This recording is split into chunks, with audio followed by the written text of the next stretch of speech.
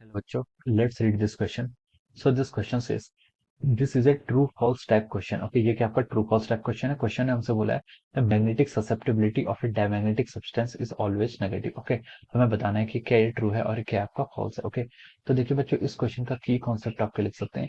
The key concept of this question हमें यहाँ पर देखिए डायमैग्नेटिक सब्सटेंस की क्या बतानी है आपको, मैग्नेटिक ससेप्टिबिलिटी बतानी है. ओके, तो देखिए बच्चों, इस क्वेश्चन का की कॉन्सेप्ट क्या लिख सकते हैं आपका, डायमैग्नेटिक सब्सटेंस लिख सकते हैं या फिर हम क्या लिख सकते हैं, मैग्नेटिक ससेप्टिबिलिटी. ओके, तो देखिए बच्चों, डायमैग्नेटिक सब्सटेंस होता है क्या है. डायमैग्नेटिक सब्सटेंस आपके ऐसे सब्सटेंस होते हैं जिन पर क्या करते हैं आप मैग्नेटिक फील्ड अगर अप्लाई करते हैं. अगर आपके डायमैग्नेटिक सब्सटेंस किसी आपने रीजन पर रखे जहां पर आपका मैग्नेटिक फील्ड है, तो इस पर क्या होता है आपका इंड्यूस्ड, इसमें क्या हो जाता है आपके लोकलाइज्ड करंट क्या होती है, जनरेट होती है, जो क्या करती है अपोज करती है, एक्सटर्नल मैग्नेटिक फील्ड का अपोज करती है.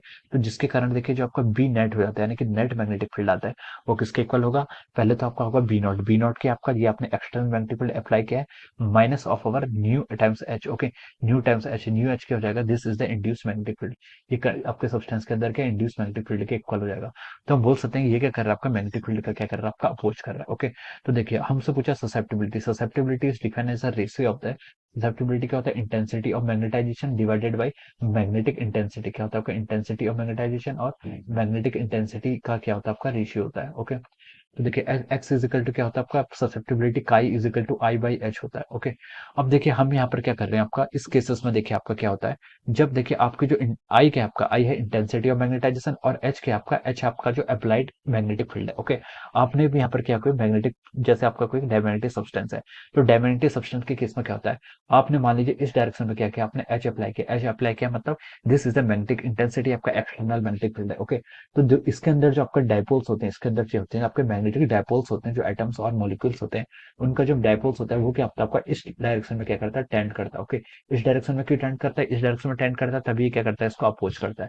तभी ये करेगा जो इस मैग्नेटिक फील्ड का क्या करेगा अपोज करेगा. ओके, तो हम बोल सकते हैं कि देखिए जो आपके यहाँ पर मैग्नेटिक मूवमेंट है इन जो डायमैग्नेटिक सब्सटेंस है, इसका मैग्नेटिक मूवमेंट क्या आपका इस डायरेक्शन में, यानी कि अपोजिट डायरेक्शन में, this is the direction of the magnetic movement. Okay, तो हम बोल सकते हैं देखिए अगर आपका मैग्नेटिक मूवमेंट की डायरेक्शन क्या आपका मैग्नेटिक मूवमेंट की डायरेक्शन अगर आपकी लेफ्ट डायरेक्शन को, तो हम बोल सकते हैं इंटेंसिटी ऑफ मैग्नेटाइजेशन क्या होता है आपका magnetic dipole moment per unit volume. Okay, तो आपकी इंटेंसिटी ऑफ मैग्नेटाइजेशन की डायरेक्शन भी क्या होगी आपकी इस डायरेक्शन में होगी, यानी कि इंटेंसिटी ऑफ मैग्नेटाइजेशन की डायरेक्शन भी आपकी लेफ्ट डायरेक्शन में होगी.